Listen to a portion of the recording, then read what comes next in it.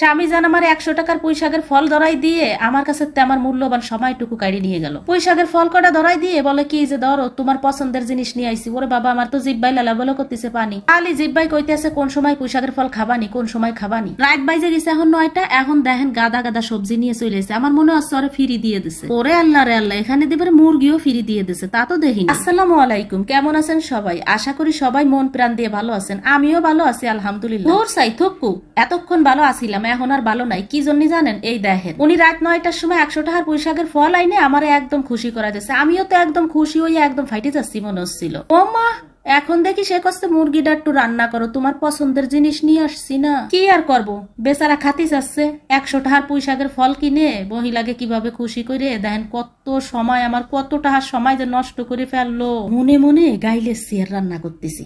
যা খাওয়াবো, ভালো খাওয়ানি খাওয়াবো, জাল আজকে দেবো, জলমে দেয়া দেবো। খাওয়ার সময় কান্দে মুখতে ধুমো উঠবে আর কবে কি আর আমি খাবো না রে, এত রাত্রে আর মুরগি আমি খাতে চাবো না। আমার আর কোনো দিন এরকম রাত্রে আমার সময়টা নষ্ট করবে না। কি আপুরা, ভালো বুদ্ধি না আমার? আপনারা একটু কমেন্ট করে জানাইয়েন তো। যাইগে এখন আসি মূল কথায়। এই যে আমি গোষ্ঠটা রান্না করলাম, কোন ফিরি রান্না করলাম সকলে দিত দেখলেন। আর আমরা যারা কম ফক্ত রাঁধুনি আছি তারা তো আসলে পারি এই ফিরি রান্না করতে হয়। ওই যে মরিচ পেঁয়াজ একটু ভাজতে হয়, তারপরে মশলাগুলো একটু কষাতে হয় সুন্দর করে, তারপরে মাংসটা দিয়ে দিতে হয়, দিয়ে আবার ঢাকনা দিয়ে ঢাইকে সুন্দর করে কষাইতে হয়। তা তো আমরা করি, তাই না আপুরা? সবাই তো করেন, আমিও সেরকম করতেছি। আর এদিকে ঘরের ভিতর 2টা আন্ডা বাচ্চা আছে, ডাকতেছে।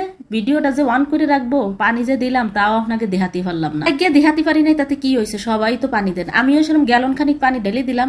এখন আমি ঢাকনা দিয়ে সুন্দর করে ডাইকে দেবো। জাল অতি থাকবে, তারপরে আস্তে আস্তে রান্নাটা হয়ে যাবে। একটা সময় দেখবানি যে রান্নাটা হয়ে গেছে। এখন আবার তরকারিগুলো টিফে দেখতেছি। এখানে কটা মান কচু দিছি আর কটা আলু দিছি, সিদ্ধ হলো কিনা দেখতেছি। দেখলাম যে সিদ্ধ টিদ্ধ হয়ে গেছে মোটামুটি। তারপরে একটু লবণটাও দেখলাম যে লবণটা হয়েছে কিনা। ওরে বাবা, কি স্বাদ হয়েছে! মনে হচ্ছে কি আজকে হাতের কবজি পর্যন্ত সব চাইতে খাবে না। এদিকে আবার একটু সালাদ তো কাইটে নিচ্ছি, সালাদ না হলে তো আবার চলে না। আজকে আর শশা নাই বাসায়, একটু টমেটো ছিল, সেই টমেটো গুলো কাইটে নিচ্ছি। আর একটু পেঁয়াজ ছিল, তাই কাইটে নিচ্ছি। পেঁয়াজ তো সবারই থাকে কম বেশি করে, তাই না? আর একটু কাঁচামরিচ কাইটে নিবানি, মানে সরি কাঁচামরিচটা কাইটে নেবো না, কাঁচামরিচটা আলাম দিবা। এমনি কাটাকাটি সব হয়ে গেছে। এখন আমি সব গুছাই টুসাই একবারে সুন্দর করে গুছাই টেবিলে নিয়ে যাচ্ছি। এদিকে রান্নাটা হয়ে গেছে। ওদিকে আবার টমেটো কাটা শব্দ শুনে বড় আন্ডাটা বলতেছে কি আম্মু আমার জন্য একটু লেবু কাইটে নাও। তার জন্য একটু লেবুও কাইটে নিলাম।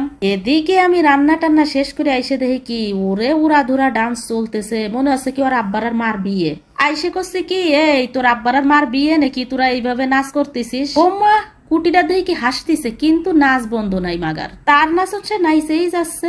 কিরে আপু ভাইয়ারা, দেখেন দি ওর নাচটা কেমন হয়েছে একটু কমেন্ট করে জানাবেন তো। ও কিন্তু নাচ করতেছে, চ্যাঙ্গে একটা গান আছে না, সেই গানে নাচ করতেছে।